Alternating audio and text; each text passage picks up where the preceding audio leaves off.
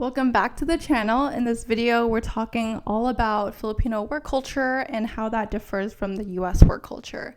So at Trusty Hire, we focus on hiring the top 1% of overseas talents for our clients. Most of our clients are based in the US, and we focus a lot on hiring from the Philippines. And I have a video on why we focus on the Philippines. We hire from other countries as well, but we do have a focus on the Philippines. And I've noticed that there are quite a few differences in Filipino work culture versus the US work culture. So I thought it would be interesting to kind of do a comparison of the two and show you in this video. So the first main difference is the idea of collectivism versus individualism. So in the Philippines, they do value a lot of group harmony and just doing work together as a team, versus in the US, we like to focus on just individual achievements, individual contribution. It's good to recognize this difference because if you have any Philippines employees on your team, you can understand why they do certain things a certain way and how they would maybe stay quiet in certain situations because they want group harmony. However, this kind of idea of collectivism can actually work in your favor because your employees will be much more willing to get things done and not cause any trouble and just meet deadlines, which can be good for producing good work. So the second biggest difference between Filipino culture and US work culture is hierarchy. So in the Philippines, they really value hierarchy and they really respect that. One thing that might come to surprise is when you first interact with a Filipino employee, they might call you ma'am or sir. It's just their way of showing respect to someone higher up. So it's actually, take that as a sign of respect.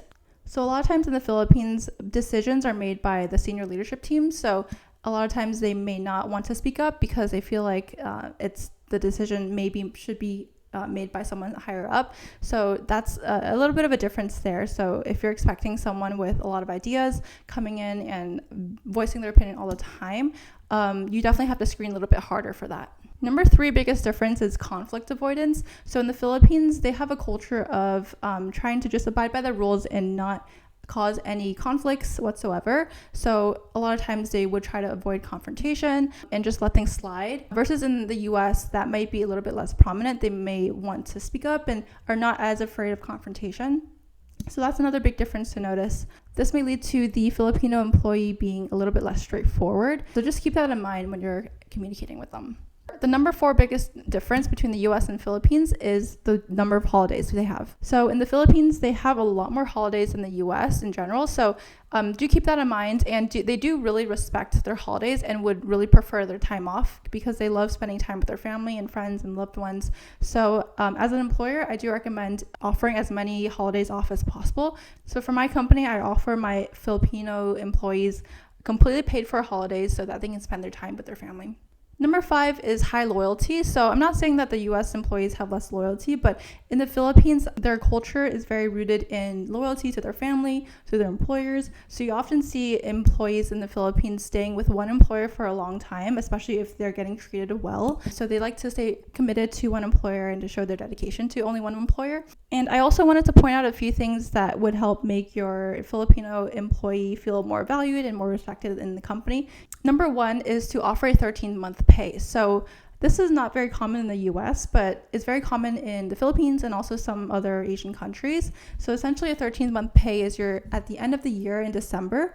Usually either at the end of the year or in December 1st, you pay your employee an extra month of pay. So basically in December, you pay them 2 times.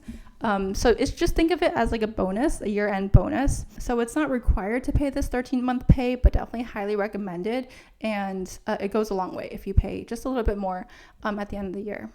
So another way to make your Filipino employees feel valued and respected is to offer them paid holidays. Try to offer them paid holidays for as many holidays as possible if that's okay with your business. Another thing is just to show that you trust them. So I know there are a lot of time tracking software out there, and I understand why a lot of businesses use them, but they actually could have the opposite effect. If you use them too much, the employee may feel like they're not being trusted. They don't value their work as much.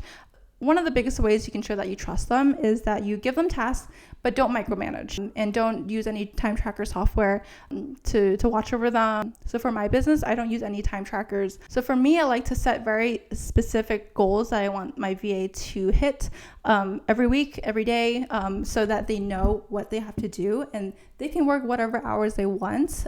They can take all the holidays off as long as they finish that task within the deadline. So I give them that, I trust them that they're going to finish, and in turn, they trust me back.